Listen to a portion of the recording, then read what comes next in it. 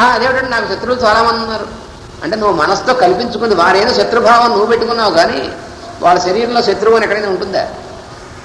శత్రువులు ఎక్కడుంటారు? నీ లోపల ఉంటారు, బయట కాదు ఉండేది. ఈ లోపల ఉండేటువంటి శత్రువులు 6. ఈ శత్రువులు లేకుండా ఉండాలంటే ఏం చేయాలి? శత్రువులు అందరూ లేకుండా పోవాలంటే ఏం చేయాలండి అన్నాడు.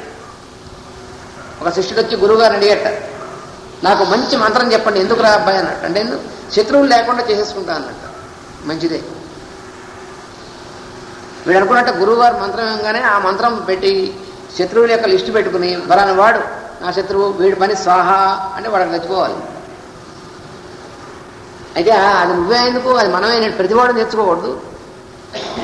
మనం ఎవరైతే స్వాహా అంటున్నామో వాడు ఇదే మంత్రం నేర్చుకున్నాం అనుకోండి, అప్పుడు వాడు మనం ఇతరం స్వాహా, మనం ఉండవు. అందుకని ఏ మంత్రంతోనూ ఏ శత్రువు చావడు. అంటే ఏమిటి? శత్రువు అనుకోబడుతున్నటువంటి వ్యక్తి చావడు ఏ మంత్రంతోనూ. అది అబద్ధాలు.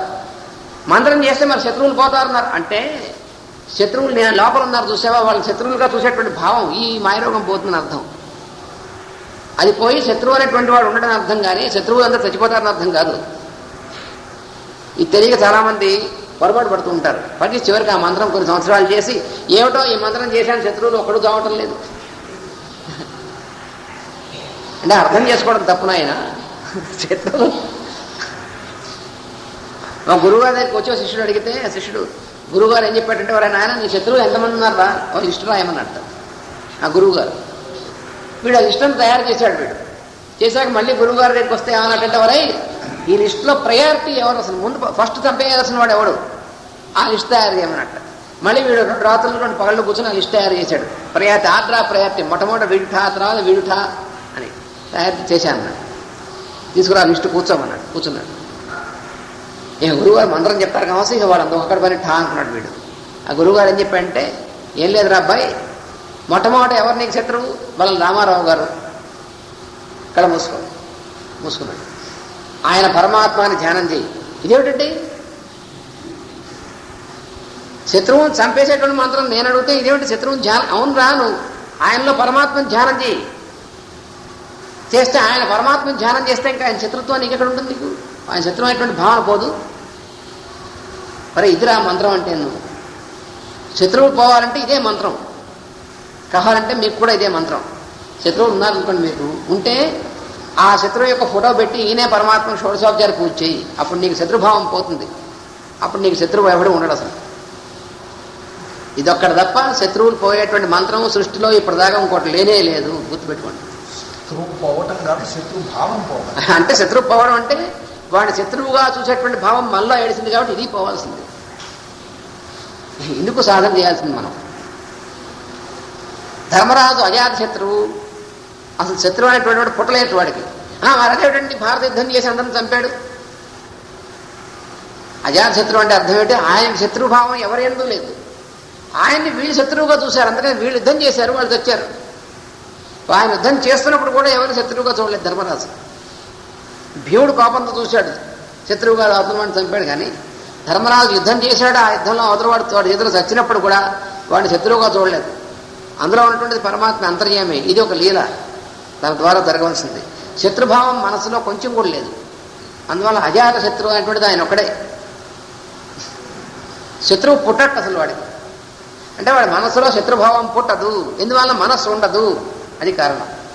మనసులో శత్రుభావం పుట్టకుండా ఉండాలంటే ఏం చేయాలి? మనస్సు ఎప్పుడూ లేకుండా ఉండాలంటే ఏం చేయాలి? ఇది సాధన చేయాలి. ఈ సాధన నిరంతరం చేసినటువంటి వాడు ధర్మరాజు. మహాప్రస్థాన పర్వంలో మొట్టమొదటిగా ఆ ప్రస్థానం చేసేటప్పుడు మొదటిగా ప్రారంభమైనవాడు భీముడు. వాడు చివరి నుంచి మహాప్రస్థానం చేస్తున్నప్పుడు ఆర్డర్ ఆఫ్ ప్రయారిటీలో మనం మొట్టమొదటి పుట్టినవాడు ధర్మరాజు కదా, ఆయన కదా పోవాల్సింది. కానీ ఆయన పోలే, ముందు అక్కడి నుంచి మొదలెట్టాడు. సహదేవుడు, నకులుడు, అర్జునుడు, భీముడు. మహాప్రస్థానం చూస్తే మనకు తమాషాగా ఉంటుంది అన్నమాట. చెట్టు చివరి దగ్గర మిగిలింది ఈయన ఒకడే, ఆ కూడా కుక్క, వీళ్ళిద్దరే మిగిలారు. ఎందుకనంటే ఈయన నిరంతరం ఈ సాధనలో ఉన్నటువంటి వాడు. ఇది సాధన ధర్మరాజు చేసింది. ఆ సాధన వల్లనే ఆయన్ని ఎవరూ జయించలేకపోయారు. నిరంతరం మెలుకోగలిగినటువంటి కుక్క సంకేతం అనమాట. కుక్క కూడా వచ్చింది. దేనికి సంకేతం అంటే కుక్క ఏం చేస్తుంది? మనం నిద్రపోయినప్పుడు కూడా అది మెళుకోగా ఉండి మన కాపలా కాస్తుంది. అది ధర్మం అనమాట.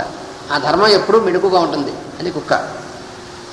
అందుకని క్రమంగా బుద్ధి కూడా నాలో లీనమగును, ఇదే ప్రవృత్తుల మౌనము, అది కలవాడే ముని. భయము ఇచ్ఛా క్రోధము నిలుచుటకు మనస్సు లేదు కదా, తానుండును, తానుంటాడు కానీ తన మనస్సు ఉండదు, అతడే ముక్తుడు.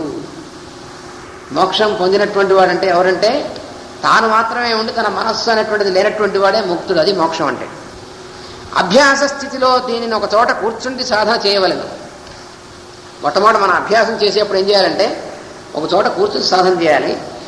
ఈ సాధన నిలిచిన తర్వాత ఇక మనం ఏ పని చేస్తున్నా మన సామాన్యమైనటువంటి లౌకిక ప్రవృత్తుల్లో ఉన్నప్పటికీ మన మనస్సు ఉండదు, మనకి ఈ మోక్ష స్థితిలో ఉన్నటువంటి వాళ్ళం అయిపోతాం.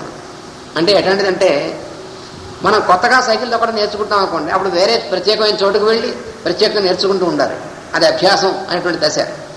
దానిలో ప్రావీణ్యం వచ్చిన తర్వాత అప్పుడు మనం గ్రౌండ్కి వెళ్ళక్కర్లేదు, అప్పుడు మామూలుగా రోడ్ల మీద మనం తొక్కుతూ ఉంటాం, ఎవరికి ఇబ్బంది లేకుండా, ఎవరి మీద పెట్టకుండా.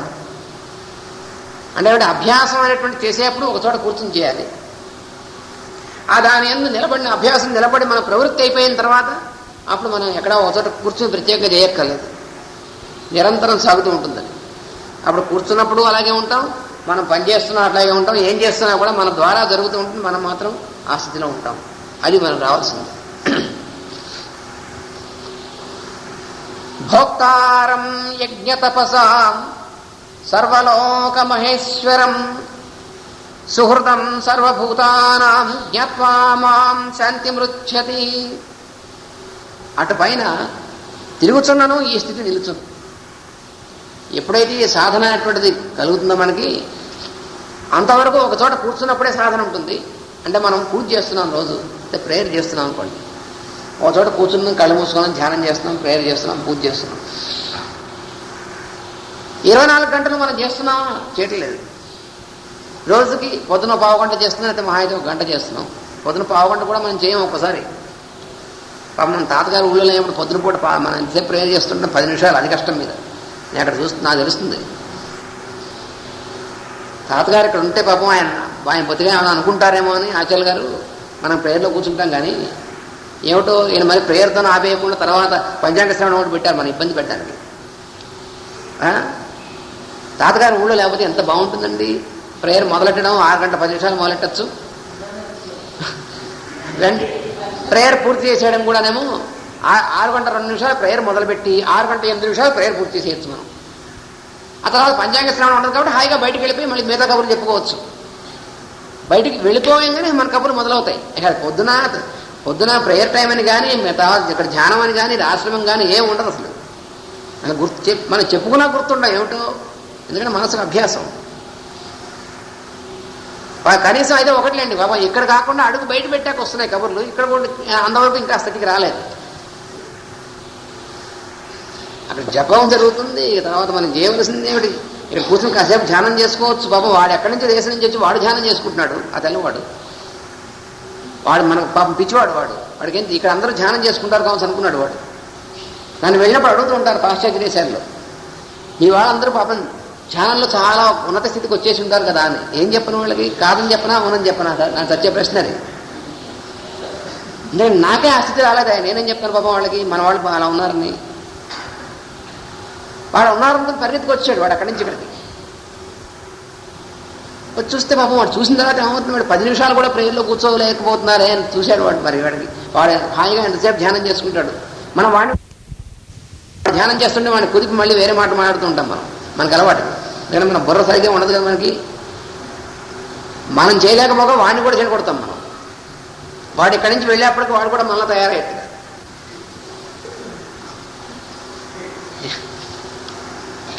మనం జాగ్రత్తగా ఒడి దగ్గర పెట్టుకోవాలి. మనం ప్రేయర్లో 15 నిమిషాలు మనం కూర్చోలేకపోతే మనం ఎందుకండి, ఇంకో 20 నిమిషాలు, ఇంకో 10 నిమిషాలు ప్రేయర్ ఎక్స్ట్రా చేస్తే మనకేమైనా తప్పు వచ్చిందా? ఏం కమ్ముడిపోయింది. మనం ఈ చేసుకునే ప్రేయర్ ఎందుకంటే మళ్ళీ సాయంకాలం లోపల ఈ మధ్యలో ఉన్నటువంటి మన స్థితి ప్రేయర్ అనే స్థితిలో నిలవడం కోసం ప్రేయర్. అది కాకపోతే ప్రేయర్ ఎందుకు అసలు? పూజ చేస్తున్నాం, ఎందుకు చేస్తున్నాం? పూజ దేవుడి కోసం. అదేమిటంటే మనం పూజ చేయకపోతే ఆ దేవుడికి మరి ఎట్లా అంటే నైవేద్యం చేయకపోతే ఆయనకి ఏమీ అయిపోడు దేవుడు. నైవేద్యం చేయకపోతే దేవుడికి ఏమైనా అయిపోయేట్టయితే మనం నైవేద్యం మానేసినప్పుడు దేవుడు స్టార్వింగ్ ఆయన. మన నైవేద్యం చేస్తుంటే ఆయన తింటున్నాడా మనం తింటున్నామా? మనం చెయ్యి ఆయనకు చూపించి తర్వాత మనమే మనం బొక్కేసేది మొత్తం అంతా. ఆయన తింటున్నాడా? కానీ మనం ఇవన్నీ ఎందుకంటే మనలో సాధన రావడం కోసం అది చేయాలి. అందుకు మన పూజ పెట్టింది. అందుకని ఆ పూజ చేసినటువంటి దానికి ఫలితం అంటే మళ్ళీ మర్నాడు మనం పూజ చేసేంత వరకు. ఎందుకంటే రోజుకు మనం ఒకసారి కానీ పూజ చేసేది. ప్రేయర్ ఏదో 2 సార్లు పెట్టారు, మరీ ఇబ్బంది పెట్టి సివి గారు. పొద్దున పూట ప్రేయర్ చేయండి చాలా, అంటే ఎంత బాగుంటాయి. సాయంకాలం పూట మనం ప్రేయర్ చేయాలంటే ఆ టైంకి మనకి ఎన్ని పనులు, ఆఫీస్లో పనులు ఉండొచ్చు, టీవీ చూసుకోవాల్సి ఉంటుంది, సినిమాకి వెళ్ళాల్సింది, ఏం ఒకటే. అయితే ఇంటికి వస్తే వాళ్ళతో మాట్లాడాలి. మనం వాళ్ళ ఇంటికి ఎవరైనా వస్తే మనం ప్రేయర్ చేస్తూ కూర్చుంటే వాళ్ళు ఏమనుకుంటారండి అని చాలామంది నాతో అన్నారు. ఏమనుకుంటారు? ప్రేయర్ చేస్తుంటారు అనుకుంటారు, అంతకంటే ఏమైనా అనుకుంటారా? వాళ్ళ ఇంటికి మనం వెళ్ళాము, మనం వెళ్ళినప్పుడు వాళ్ళు టీవీ చూస్తూ కూర్చున్నారు, మనం అదేమిటంటే మనతో మాట్లాడకుండా టీవీ చూస్తూ కూర్చున్నారు అనుకున్నాం. మనం అలా అనుకున్నామని వాళ్ళు ఏమైనా అనుకున్నారా? మీరు కూడా కూర్చొని చూడండి. ఆయన ఏడిసినట్టుగా మన మహాన కాస్త కాఫీ టీవో పడేసి వాళ్ళు కూడా చూస్తూ, మనం వచ్చినట్టు మనం కూడా చూస్తూ కూర్చొని, అదే మనం చేసేది. మరి వాళ్ళు అట్లా అనుకోనప్పుడు వాళ్ళు వస్తే మనం ప్రేయర్ చేసుకుంటుంటే వాళ్ళు కూడా మనతో ప్రేయర్ చేసుకుంటారు. రమ్మన్నాం, ఇష్టం లేకపోతే వాళ్ళు కూర్చుంటారు, అనుకుంటారు ప్రేయర్ చేసుకుంటారు అనుకుంటారు. తప్ప అనుకుంటే మనకి ఎందుకు ఈ నపుంసకత్వం? మనం మోసం చేసుకోవడం ఎందుకు? చేసుకుంటే చేసుకోవడం, లేదా మానేడు. ప్రేయర్లే చేయలేరు, పూర్తిగా మానేసింది. మాస్టర్లు ఇష్టలు భగవంతుడు అన్నీ బయటపడి హాయిగా మామూలుగా ఉండు. ఇవన్నీ పెట్టుకోవడం ఎందుకు? మళ్ళీ ప్రేయర్ చేసుకోవడం కష్టం, కుదరటం లేదు, నాన్సెన్స్ కబుర్లు ఇది. ఇటువంటి నపుంసకత్వం మాత్రం మన జాతికే ఉంది, మీరేమనుకోకండి. పాశ్చాత్యంలో మాత్రం చేస్తామంటే చేసి తీరుతారు. ఇక ఎవడు తలకిందులు, భూమి తలకిందులు అయినప్పటికీ దానికి సంబంధం లేదు, లేదా ముందే నాకు అవసరం లేదని చెప్తాడు. అటో ఇటో, అంతేగాని మనం అటు లేదు ఇటు లేదు. ఎన్ని సంవత్సరాలైనా మనకు నమ్మకం ఉందో తెలీదో లేదో తెలియదు. ఇది మనకు ఉన్నటువంటి స్థితి. ఇలా ఉన్నటువంటి వాడు పనికిరాడు. పూర్తిగా అటైనా పర్లేదు, పూర్తిగా ఎటైనా పర్లేదు. అదే వివేకానంద కూడా చెప్పింది. పూర్తిగా నమ్మేవా సరెండర్ అయిపో, లేదా అసలు నాకు నేనే అన్నిటికి కారణం, నేనే, నాకు ఇంకెవరైనా అవసరం లేదు అనుకుంటా అలా ఉండు. అంతేగాని సగం అటు సగం ఇటు మాత్రం పనికిరాడు. వాడు సంశయాత్మ వినశ్యతి మనం చెప్పుకున్నాక అటు ఇటు కాకుండా పోతాడు వాడు. అయితే పూర్తిగా భగవంతుని పూర్తిగా సమర్పణ చేయి, అయితే గురువుకి పూర్తిగా సమర్పణ చెందు. లేదా గురువు లేదు, భగవంతుడికి నా ఇష్టం నాది నేనే నిర్ణయించుకుంటాను, నిర్ణయించుకో దమ్ముంటే. దానికి వచ్చేటువంటి ఫలితాన్ని నువ్వే తట్టుకుని ఉంచో, మంచో చెడు. అంతేగాని కాసేపు అటు కాసేపు ఇటు మనం ఎందుకు పనికిరాం? ఎందుకంటే మనకు చాలా మనకు జాతిలో రావాల్సిన మార్పు అది. మనకు ఆధ్యాత్మిక సాధన ఉంది, మనకు శాస్త్రాలు ఉన్నాయి, యోగశాస్త్రం ఉంది, అన్నీ ఉన్నాయి మనకి. కానీ మనకు లేనిది ఏమిటంటే చిత్తశుద్ధి. తెల్ల జాతులకు ఉన్నటువంటిది మనకు లేనటువంటిది అదే కరేజ్ ఆఫ్ కన్విక్షన్ అంటారు. ఈ చిత్తశుద్ధి తక్కువైపోయింది మనకి, మన జాతికి. అందుకనే భారత జాతి హీనం అయిపోతుంది రాను రాను. అనగా కావాలో అక్కర్లేదా అన్నటువంటి డిసైడ్ చేసుకోవాలి. అంతేకాని ఏదైనా సాగ తీసుకోవడం ఎందుకు? అటు ఇటు కాకుండా ఉండదు ఎందుకు? ఉంటే పూర్తిగా దాన్ని ఫాలో అవ్వాలి, లేకపోతే పూర్తిగా అవతల ఉండాలి అంతే. అందుకని ఫాలో అవుతున్నట్టుగా ఎవరి కోసం ఫాలో అయ్యేది? ఇంకోటి చూడడం కోసమా? ఇంకోటి మెప్పు కోసమా? అందువల్ల మనకి పొరపాటు అది. అందుకని మనం చిత్తశుద్ధితో చేయాలి. ప్రేయర్ చేసినా, పూజ చేసినా, వ్రతం చేసినా, అయితే ఆశ్రమంలో సేవ చేసినా చిత్తశుద్ధి ఉండాలి. అంతేగాని ఇంకోటి మనం చూసి మెప్పుకోవడం ఎవడు మెచ్చుకోక్కర్లేదు. అయితే ఇంకోటి మనం కామెంట్ చేస్తారు, చేసుకొని ఇంకోటి మనకి అనుకుంటాను, మనకెందుకు? ఏమిటోనంటే ఆశ్రమంలోకి వచ్చి పని చేస్తూ ఉంటే అందరూ మన నాన్న మాట అంటారు, మనకెందుకులే, నువ్వు చేద్దాం అనుకుంటే చెయ్యి, నాన్న మాట అంటే నీకు అనవసరం, లేదా అవతల కూర్చో. ఇంకోటి అంటారని భయం ఉంటే అవతల కూర్చో, రావక్కర్లేదు అసలు ఇక్కడికి. లేదా గెస్ట్గా వచ్చేడుతూ ఉండు. అంతేగాని ఇక్కడ వస్తుంటే అందరూ అనుకోవడం నీకెందుకు? అందరూ అనుకున్నట్టుగా నువ్వు ఉంటున్నావా మిగతా అని? ఇలా మన మనసుని మనకి ఎలా అన్నటువంటిది అభ్యాసం. అందుకే చెప్పాడు ఇక్కడ భగవద్గీతలో స్పష్టంగా, జాగ్రత్త ఒళ్ళ దగ్గర పెట్టుకోమన్నాడు. తాను చేసిన పని వల్ల యజ్ఞమై తాను యజ్ఞభోక్త యగును. ఎప్పుడైతే ఈ సాధన చేస్తామో మనం, అప్పుడు మనం యజ్ఞమైనటువంటి యజ్ఞార్థమైన పని మాత్రమే మనం చేస్తాం ఆటోమేటిక్గా. ప్రవృత్తి ఎల్ల తపస్సై తాను తపస్సునకు గమ్యమగును. ఈ తానే సర్వలోక మహేశ్వరుడు, సర్వజీవులకును హృదయమునన్న ఉందన్న మిత్రుడు. ఈ స్థితియే శాంతి, అతడే నేను. అందువలన ఈ స్థితి రావాలంటే ఈ రకమైనటువంటి సాధన మనం అభ్యాసం నిరంతరం చేయాలి. చేస్తే మనం ఆ సాధన నిలబడడం జరుగుతుంది. ఆ నిలబడినప్పుడు ఉన్నటువంటిది ఏమిటంటే సర్వజీవులకు హృదయమునందున్న మిత్రుడుగా ఉండాలంటే స్థితి వస్తుంది మనకి. ఈ స్థితి దీన్నే శాంతి అంటారు అన్నమాట. దీన్ని శాంతి అనగా ఏమిటి అంటే నేనే అన్నాడు. అంటే అర్థం ఈ లోపలటువంటి నేను ఎందు నిలబడి ఉండడమే శాంతి అంటే. నేను కన్నా భిన్నగా ఉండడమే అశాంతి. ఇంతే. నేనుగా ఉంటే శాంతి, నేను కన్నా భిన్నమైనటువంటిగా ఉంటే అశాంతి. ఇదే మనకి. అందుకని అశాంతిగా ఉంది దానంటే ఏం చేయాలి అంటే ఈ సాధన చేయాలి. ఇది కాకుండా శాంతిగా ఉండడం కోసం ఇంకా వేరే ఏదైనా చేసామనుకోండి శాంతి ఉండదు. పీస్ఫుల్గా ఉండడం కోసం నేను ఏ ప్రయత్నం చేయాలి? ఇంకో ప్రయత్నం వల్ల ఉండదు, ఈ ఒక్క సాధన వల్ల తప్ప. అది స్పష్టంగా చెప్పాడు ఇక్కడ. దీంతో 5వ అధ్యాయం పూర్తి అయిపోయింది.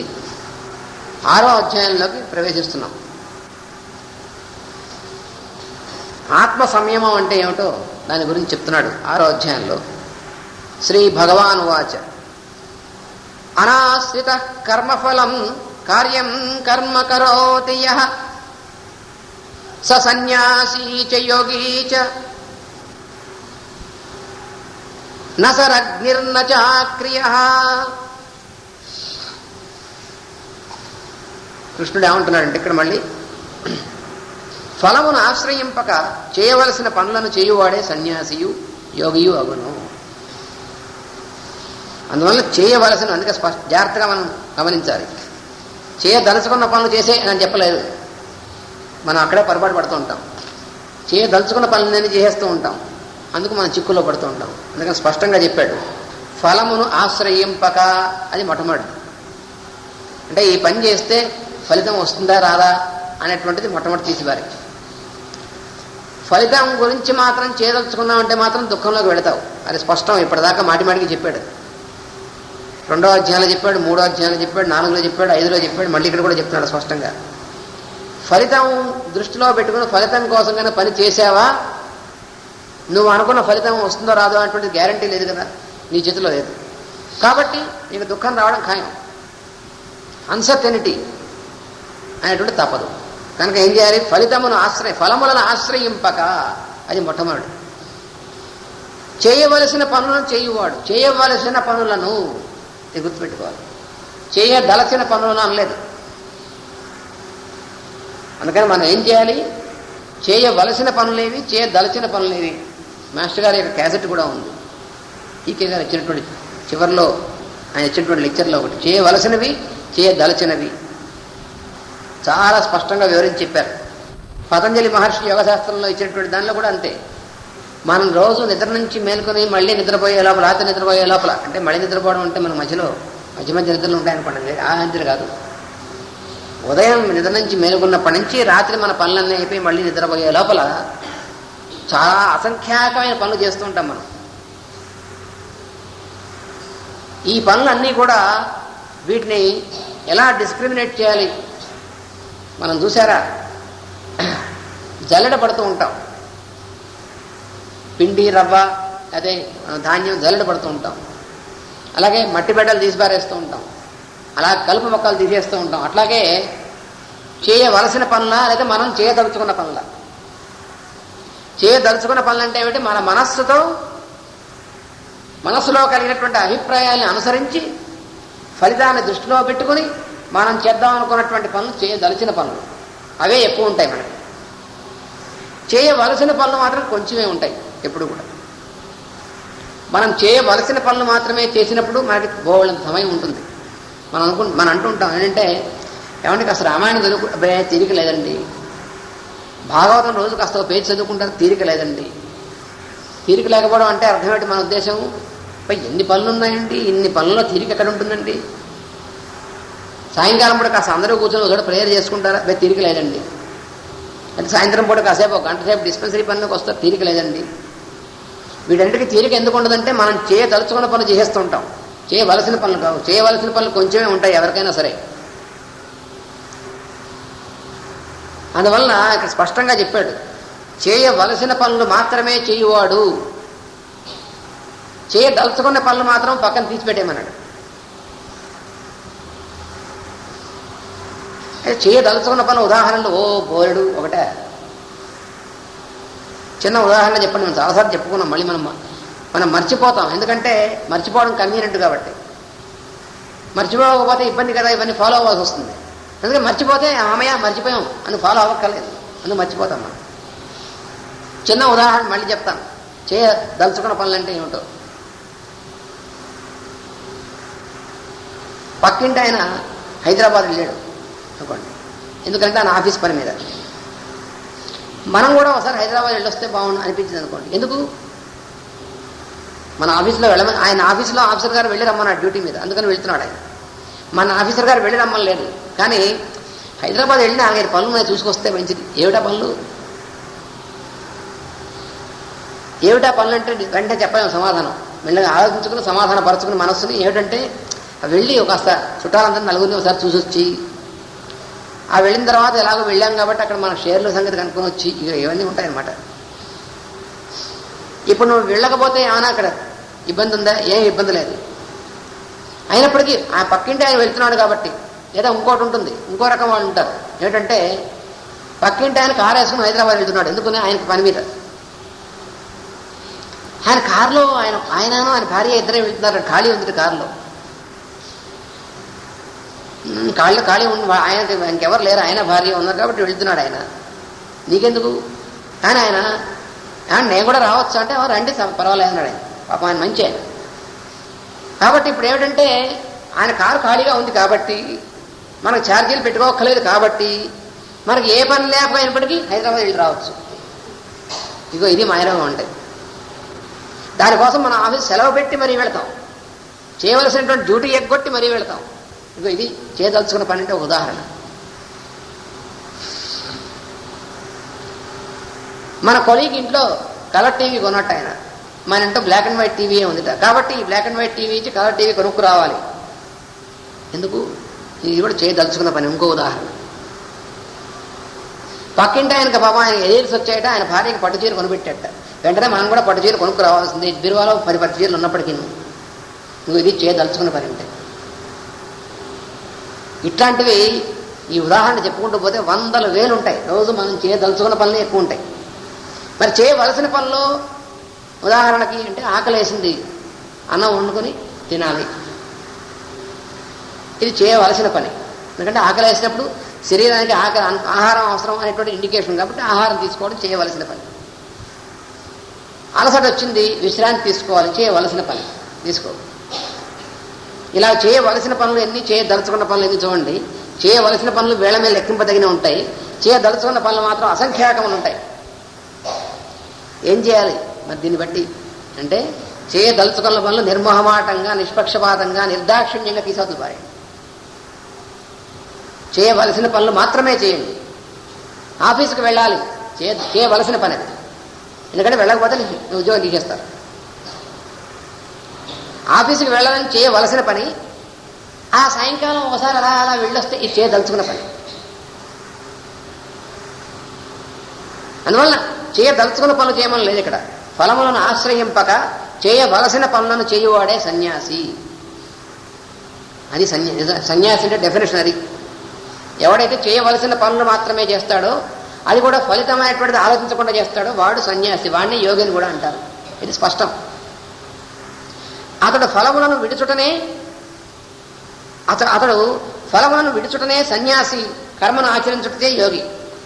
ఫలములు విడిచిపెడుతున్నాడు కాబట్టి సన్యాసి అన్నారు ఆయన్ని, కర్మల్ని ఆచరిస్తున్నాడు కాబట్టి యోగి అన్నారు. మరి సన్యాసి అయిన వాడు యోగి ఎట్లా అవుతాడండి అని అనుమానం వస్తుంది మనకి. కానీ అతడే సన్యాసిగా ఉండొచ్చు, అతడే యోగిగా ఉండొచ్చు, రెండు ఒకటే ఉండొచ్చు. ఎలాగంటే చెప్పారన్నమాట. కర్మాచరణ చేయడం వల్ల యోగి అవుతాడు, ఆ కర్మలు ఫలితమైనటువంటిది వదిలిపెట్టడం వల్ల సన్యాసి అవుతాడు. ఒకటే గుర్తుంచుకోవాలి.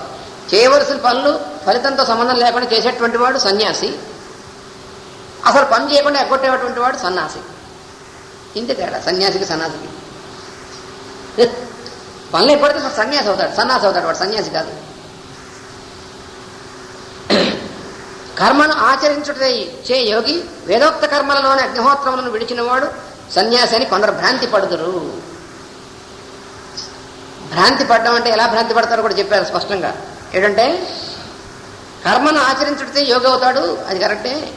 వేదోక్తమైనటువంటి కర్మలలో అగ్నిహోత్రము మొదలైనటువంటి విడిచిపెట్టినటువంటి వాడు సన్యాసి అని భ్రాంతి పడతారు. కర్మలను విడిచిన వాడు సన్యాసి అని కొందరు గర్వపడతారు.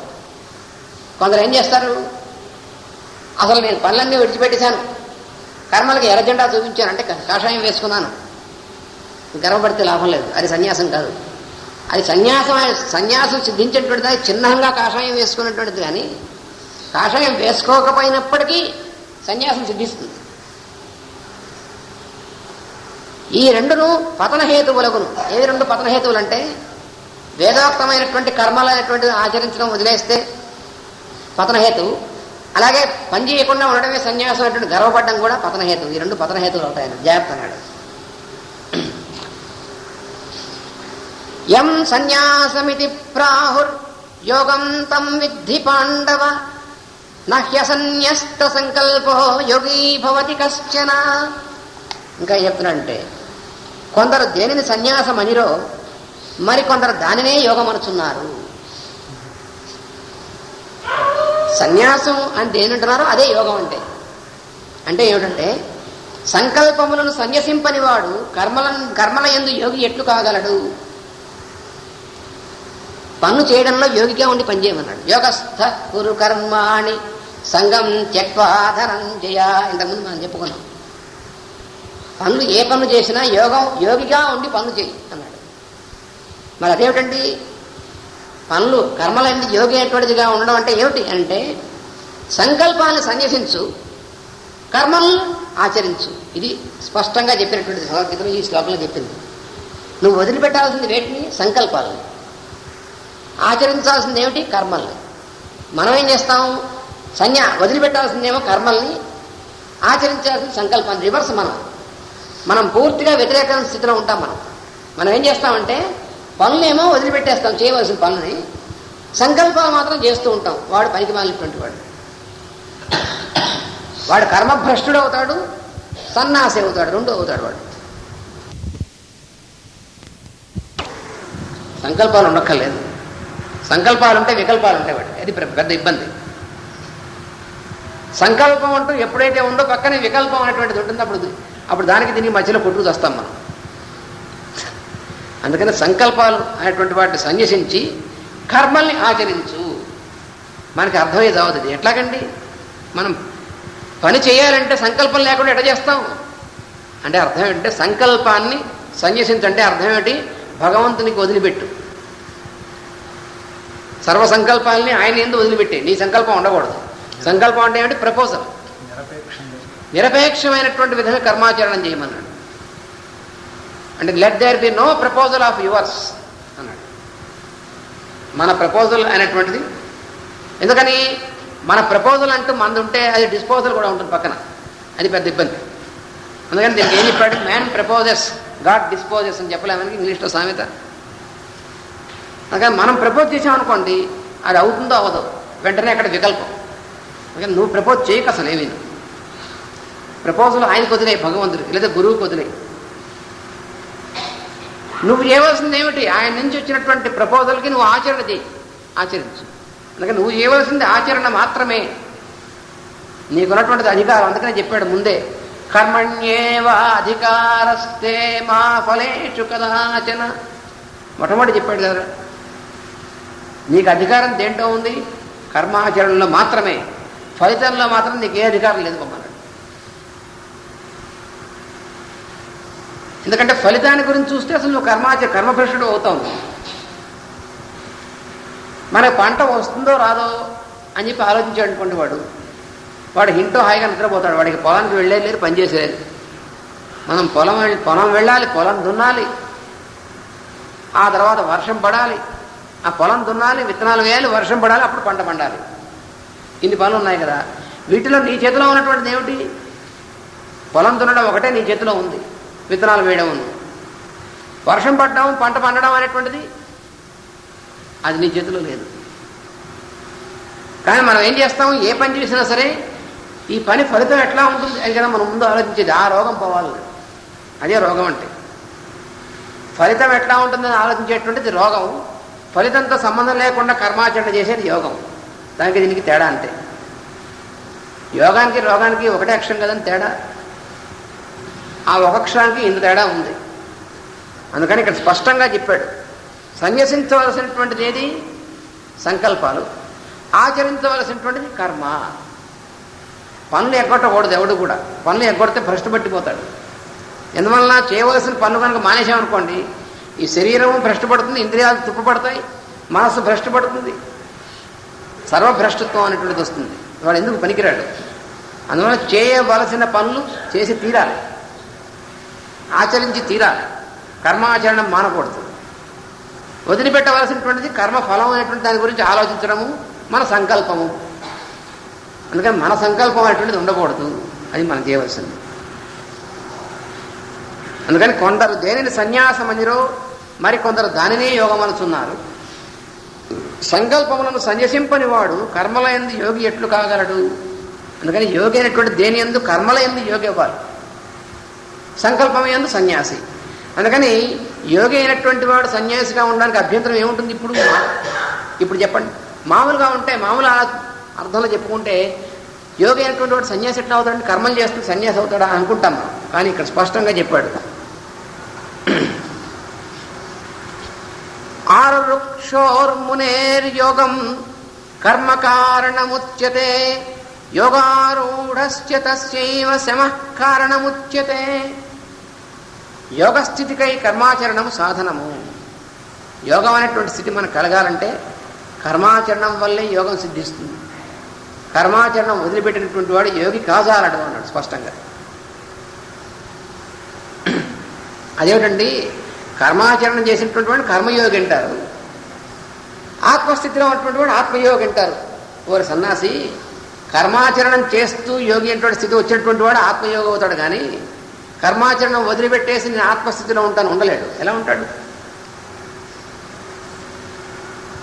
అలా కాదు, కర్మాచరణం అయితే ఓ పని చేయి, అయితే భోజనం అన్నం వండుకోవడం భోజనం చేయడం కూడా కర్మే కదా, అది కూడా వదిలిపెట్టు. అప్పుడు నువ్వు ఆత్మస్థితిలో ఉంటావో తెలుస్తుంది.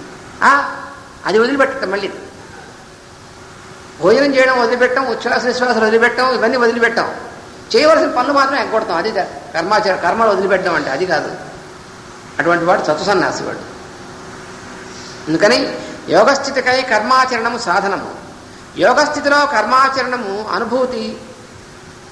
యోగస్థితి అయినటువంటి దాంట్లో ఉన్నటువంటి కర్మాచరణం అనేటువంటిది అనుభూతి కలిగిస్తుంది. అది అందు మొదటి దానికన్నా కర్మ కారణమగుచున్నది. మొదటి దానికి అంటే అర్థం ఏమిటి?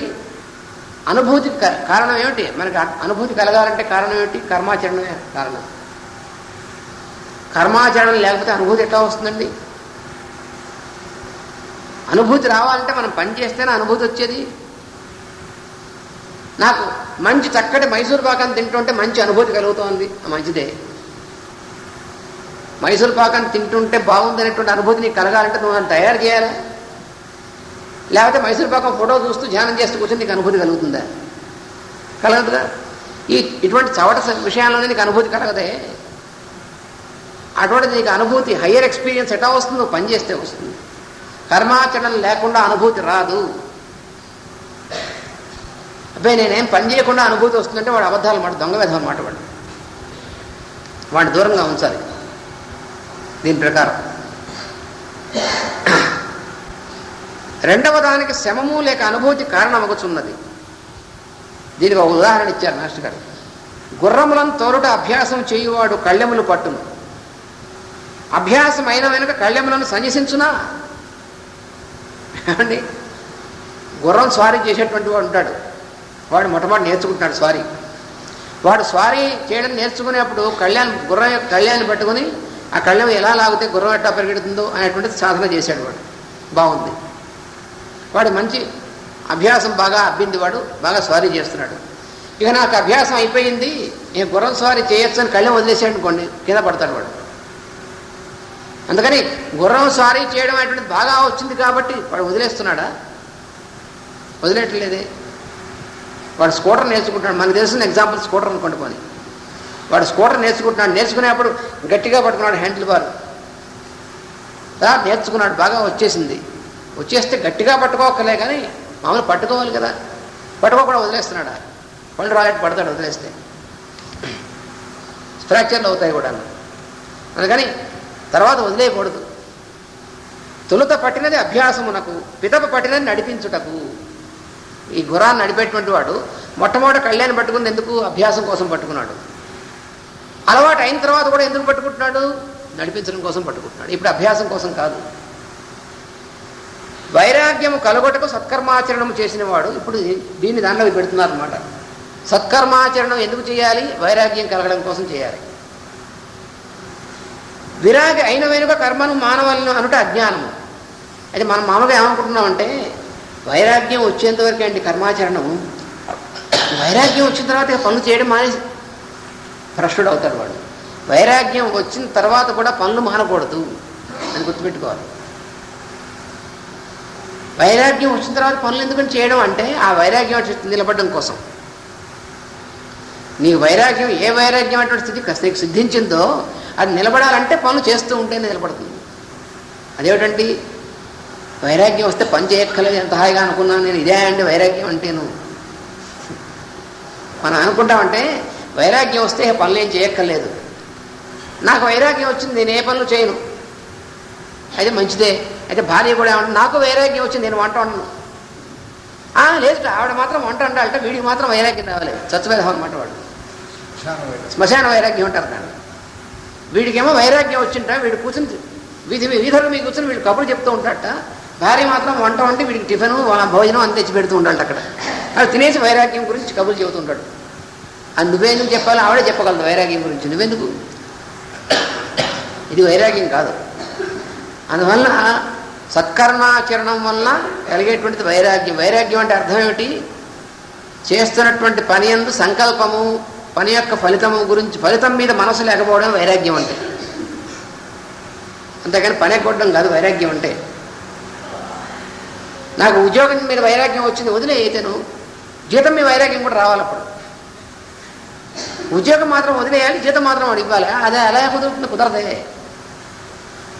నీకు జీతం ఎందుకు ఇస్తున్నారు? నువ్వు అక్కడ పని చేసేందుకు ఇస్తున్నారు, అంతేగాని నువ్వు ఊరికనే ఇస్తున్నారు నీకు జీతం. అందుకని నీకు వైరాగ్యం, నాకు వైరాగ్యం వచ్చింది కాబట్టి నేను ఆఫీస్కి వెళ్ళను అయితే నీకు ఉద్యోగం జీతం కూడా వేరే సన్యసించు. దాన్ని కూడా జీతం సన్యసిస్తే భార్య వీడిని సన్యసిస్తుంది. మరి వాడు వండి పెట్టాలంటే వాడు వీడు తెచ్చిపెట్టాలి కదా. వీడు జీతం రావటం లేదు, నేను బియ్యం దాన్ని నువ్వు మాత్రం వండి పెట్టు అంటే ఎలా వండి పెడుతుంది? వాడు ఏం చేస్తుంది? అందుకని ఒళ్ళు దగ్గర పెట్టుకోవాలి. వైరాగ్యం అంటే పనిచేయడం మానేయడం కాదు. ఇంకా స్పష్టంగా చెప్పాడు భగవద్గీతలో. వైరాగ్యం కలుగుటకు సత్కర్మాచరణము చేసిన వాడు విరాగి అయిన వెనుక కర్మలు మానవెళ్ళనుట అజ్ఞానము. ఏ సత్కర్మలతో జ్ఞానము కలిగానో వాని ఆచరణమే జ్ఞానిగా ఉండుటకు కూడా కారణము. మన జ్ఞానం ఎలా కలిగింది అంటే మంచి పనులు చేయడం వల్ల జ్ఞానం కలిగింది. కాబట్టి జ్ఞానం ఎప్పుడు ఉండాలంటే ఏం చేయాలి? ఆ మంచి పనులు చేస్తూ ఉండాలి. గుర్తుపెట్టుకోవాలి. మానినతో మొదటి స్థితిలోనికి పతనమనందును. ఎప్పుడైతే పని చేయడం మంచి పనులు చేయడం మానేసామో మళ్ళీ అజ్ఞానం ఆవరిస్తుంది మనం పట్టుకుని. కండలు పెంచగోరి వ్యాయామం చేసిన వాడు కండలు పెరిగిన వెనుక వ్యాయామం మానినతో ఏమవుతుంది? వాడు ఏం చేస్తుంటారంటే బ్రహ్మాండం వ్యాయామం మంచి కుస్తీ పోటీల కోసం వాటి కోసం వ్యాయామం చేసి బాడీ బిల్డింగ్ చేస్తాడు వాడు. కండలు పెరిగాయి, ఇప్పుడు వ్యాయామం మానేసి అనుకోండి, అప్పుడు ఒళ్ళు డబ్బాలే అవుతుంది వాడికి. వాడు ఏమవుతుంది? స్థూల శరీరుడై రోగి ఎక్కుతున్నాడు. మొట్టమొదటి వ్యాయామం చేస్తుంటాడు బాడీ బిల్డింగ్ కోసం, దానికోసం మంచి పుష్టికరమైనటువంటి ఆహారం తినడం చేస్తూ ఉంటాడు. వీడు వ్యాయామం చేస్తున్నంతకాలం పుష్టికరమైనటువంటి ఆహారం తీసుకుంటే ప్రమాదం లేదు, కానీ ఆ తర్వాత వ్యాయామం మానేసి ఆహారం మాత్రం కంటిన్యూ చేశాడు అనుకోండి, అప్పుడు ఏమవుతాడు? ఎందుకు పనికిరానటువంటి వాడు అవుతాడు. వాడికి హార్ట్ అటాక్స్ ఇలాంటివి వస్తాయి. వాడికి పెరాలసిస్, హార్ట్ అటాక్ ఇవన్నీ వస్తాయి. ఎందుకంటే కొవ్వు పెరుగుతుంది. అప్పుడు వీడు వ్యాయామం చేస్తూ ఉన్నంతసేపు వీడు బలమైన ఆహారం తీసుకుంటే కొవ్వు పెరగదు. వీడు వ్యాయామం మానేసి ఇది మాత్రం అలవాటు అయిపోయింది బలమైన ఆహారం అనుకోండి, అప్పుడు కొవ్వు పెరుగుతుంది, అప్పుడు హార్ట్ అటాక్ వస్తుంది. డాక్టర్ గారు నీకు కొలెస్ట్రాల్ పెరిగిందంటారు, అప్పుడు నువ్వు ఉపవాసం చేయంటారు, అప్పుడు నానా ఇబ్బందులు వస్తాయి. అందుకని ఎక్కడ చూసినా సరే మనం గుర్తుంచుకోవాల్సింది ఏంటంటే కర్మాచరణం అనేటువంటిది మొట్టమొదటి ఏదైతే మొదలుపెట్టామో అది నిరంతరం కొనసాగిస్తూ ఉండాలి. జ్ఞానం వచ్చినా కూడా. జ్ఞానం వచ్చింది కాబట్టి పనులు మానేస్తాను అనేటువంటి వాడు పిచ్చివాడు. కానీ చాలామంది అంటూ ఉంటారు జ్ఞానం వచ్చేంతవరకే అండి కర్మాచరణ అని మెట్ట వేదాంతులు చెప్తూ ఉంటారు. వీళ్ళు వేదాంతులం అని పేరు పెట్టుకుని మెట్ట వేదాంతులు ఏమంటూ ఉంటారంటే జ్ఞానం వచ్చేంత వరకేనండి కర్మాచరణ. జ్ఞానం వచ్చిన తర్వాత కర్మాచరణం అటువంటిది లేదుట. అది వేదానికి అంతం, వేదాంతం కాదు. అది ఒళ్ళు పొగరన్నమాట. అది కర్మాచరణం మానేయాలి. అప్పుడు వాడు ఏమంటాడు, నాకు జ్ఞానం వచ్చేసింది. ఏమిటి జ్ఞానం? అన్నమైనా ఒకటే, సున్నమైనా అయితే సున్నం తిను. మరి అప్పుడు తిండు. చెప్పడం మాత్రం కూర్చుని అన్నమైతేనేమిరా మరి సున్నమైతేనేమిరా కవిత్వంలో చెప్తాడు. మరి తినేప్పుడు మాత్రం వాడు సున్నం తెచ్చిపెట్టిన వాడు తినండి బాబు, మీరు ఇందాక ఉపన్యాసం చెప్పారు కదండి అని చెప్పి నోర్మై అన్నం తెచ్చిపెట్టింటాడు వాడు.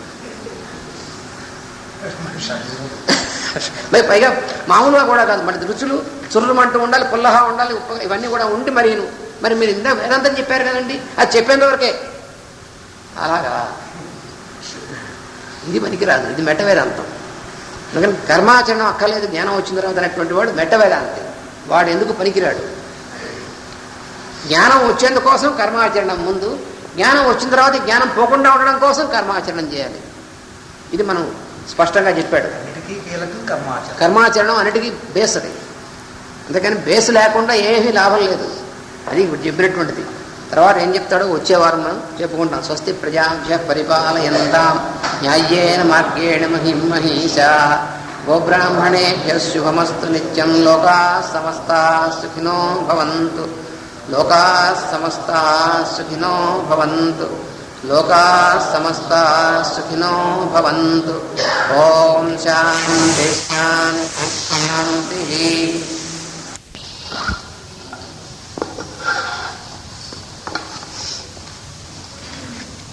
భగవద్గీతలో 6వ అధ్యాయం మనం చెప్పుకుంటున్నాం. అందులో ఆత్మ సంయమం అనేటువంటి విషయాన్ని గురించి ఇక్కడ చెప్తున్నారు. అందులో మనం కిందసారి 4వ శ్లోకం వరకు చెప్పుకున్నాం. యదా హి నేంద్రియార్థేషు న కర్మస్వనుషజ్యతే సర్వసంకల్ప సన్యాసీ యోగారూఢస్తదోచ్యతే. ఆ శ్లోకం మనం కిందసారి చెప్పుకున్నాం. అభ్యాసం అగునప్పటికీ కర్మాచరణమునందు ఇంద్రియార్థములుండుట మానును. ఇది మనం చెప్పుకుంది కిందసారి. సంకల్పముల సన్యాసము సిద్ధించును. అట్టివాడు యోగ పదవిని ఆరోహించినని చెప్పవలెను. అంటే సన్యాసం అనేటువంటిది సంకల్పముల సన్యాసం సిద్ధించాలి. అంటే మన మనసులో రకరకాలైనటువంటి సంకల్పాలు కలుగుతూ ఉంటాయి. ఈ సంకల్పములు అనేటువంటి భగవంతుడికి వదిలిపెట్టి చేయవలసినటువంటి పనులు మాత్రం మనం చేసినప్పుడు అప్పుడు కర్మాచరణం అనేటువంటిది దాని యందు పవిత్రత, దానివల్ల మనం పవిత్రీకరింపబడతాం. తర్వాత దానివల్ల కర్మ బంధము లేకుండా కర్మ ఆచరణం మాత్రమే ఉంటుంది. ఎప్పుడంటే సంకల్పములు అనేటువంటివి భగవంతుడికి సమర్పించినప్పుడు. అంటే సంకల్పాలని సన్యసించడం అంటే అది అర్థం. సన్యసించడం అంటే అర్థం ఏంటి? సతి న్యాస, సత్యమనందు న్యాసము చేయుట. అందువల్ల సంకల్పాలు సన్యాసం చేయాలి. మనం ఏం చేస్తామంటే కర్మలు సన్యాసం చేద్దాం అనుకుంటూ ఉంటాం. అంటే చేయాల్సిన పనులు కాస్త ఎగ్గొట్టాలి. అలా లాభం లేదు. అందుకని భగవద్గీతలో స్పష్టంగా స్వామి మాటిమాటికి చెప్పినటువంటిది ఏమిటంటే చేయవలసినటువంటి పనులను సన్యసించడం ఎగ్గొట్టడం వల్ల ఉపయోగాలేని అది చేయలేం కూడా. అందువల్ల అదిగా చేయవలసింది కర్మ చేస్తూ ఉండాలి సత్కర్మాచరణంగా. సంకల్పాన్ని సన్యసించాలి. తర్వాత కర్మ ఫలాన్ని సన్యసించాలి. చేసినటువంటి పనుల యొక్క ఫలితాలు ఎట్లా ఉంటాయి అనేటువంటి దాన్ని మాత్రం మనసులోంచి వదిలేయాలి. సంకల్పములు కర్మ ఫలములు అనేటువంటి సన్యసించాలి. అలా ఉన్నప్పుడు యోగ పదవిని ఆరోహించేటువంటి వాడు అవుతాడు అని చెప్తారు. ఇది మనం కిందసారి చెప్పుకున్నాం. ఈ తర్వాత ఏం చెప్తున్నారంటే ఉద్ధరేదాత్మనాత్మానం నాత్మానమవసాదయేత్ ఆత్మైవ హి ఆత్మనో బంధు ఆత్మైవ రిపురాత్మనః అనంటే ఈ విధముగా ఇంద్రియార్థములు, ఇంద్రియములు, మనస్సు తనకన్నా వేరుగా కలవరపెట్టుచున్న స్థితి నుండి వారిని తానుగా తనలోకి ఉద్ధరించుకొనుట యోగము. ఆత్మన్ ఆత్మానం అంటే తనను తాను ఉద్ధరించుకోనవలను. తనను తాను ఉద్ధరించుకోవడం అంటే ఏమిటండి? తానంటే లోపలన్నటువంటి అంతర్యామి. అంతర్యామిని మళ్ళీ తను ఉద్ధరించడం అంటే అర్థం ఏమిటి అని మనకు సందేహం వస్తుంది. అంతర్యామిని ఉద్ధరించడం కాదు, తాను అనేటువంటి దానికి ఏమేమి అర్థాలు ఉన్నాయో, ఆత్మ అనేటువంటి దానికి అర్థాలు ఏమేమిటో అనేటువంటిది అది ఇక్కడ మనం గుర్తు చేసుకోవాల్సింది. ఏమిటంటే ఇంద్రియాదులలోనికి తాను ముక్కలుగా దిగి వచ్చి వర్తించడం ఆత్మ వినాశము. మనస్సు, ఇంద్రియాలు ఇవన్నీ ఉన్నాయే, వాటిలోకి ముక్కలు అయిపోవడం. అంటే మనస్సు ప్రత్యేకమైనటువంటి అస్తిత్వం, ఇంద్రియాలు ప్రత్యేకమైనటువంటి అస్తిత్వం ఇలా ఉంది అనుకోండి. అప్పుడు మనం అసలు ఉన్నటువంటి స్థితి అఖండమైనటువంటి స్థితి. లోపల ఉన్నటువంటి జీవుడు భగవంతుల్లో ఉన్నటువంటి భాగమే, సర్వాంతర్యామిలో భాగమైనటువంటి వాడు. అది అఖండ స్థితి. కానీ మనం మనస్సుగా, ఇంద్రియాలుగా వాటిలో ఇరుక్కుని మనం జీవిస్తున్నాం అనుకోండి, అప్పుడు మనకు ఖండమైనటువంటి స్థితి ఏర్పడుతుంది. ముక్కలుగా జీవిస్తూ ఉంటాం మనం. అంటే 5 ఇంద్రియాలు 5 రకాలుగా మనం లాగుతూ ఉంటాయి, మనస్సు ఇంకో రకంగా దాన్ని లాగుతూ ఉంటుంది. ఇలా ముక్కలు అయిపోయినటువంటి వాళ్ళగా ఉండి దానివల్ల ఏమవుతామంటే చిక్కుల్లో పడుతూ ఉంటాం. అందుకని కిందకి దిగదారిపోతూ ఉంటాం. కిందకి దిగదారడం అంటే అర్థం ఏమిటి? లోపల నేను తాను అనేటువంటి పరమాత్మ స్వరూపమైనటువంటి వెలుగు నుండి అక్కడి నుంచి ఏం చేస్తామంటే బుద్ధి అనేటువంటి స్థితిలో నుంచి కిందకి జారిపోయి మనస్సు స్థితిలోకి జారిపోయి, ఆ మనస్సు స్థితిలో నుంచి ఇంద్రియాలు అనేటువంటి వాటిని జారిపోయి అక్కడి నుంచి ఇంద్రియార్థం మీద జారిపోతూ ఉంటాం. ఇది కిందకి జారిపోవడం అంటే. ఇలా కిందకి జారిపోయేటువంటి స్థితి నుంచి వీటన్నిటినీ కూడా అఖండత్వంలోకి మళ్ళీ వెనక్కి తీసుకోవాలి. అది ఉద్ధరించడం అంటే అర్థం. అందువలన తనలోకి ఉద్ధరించుకున్నవాడు తనకు బంధువు.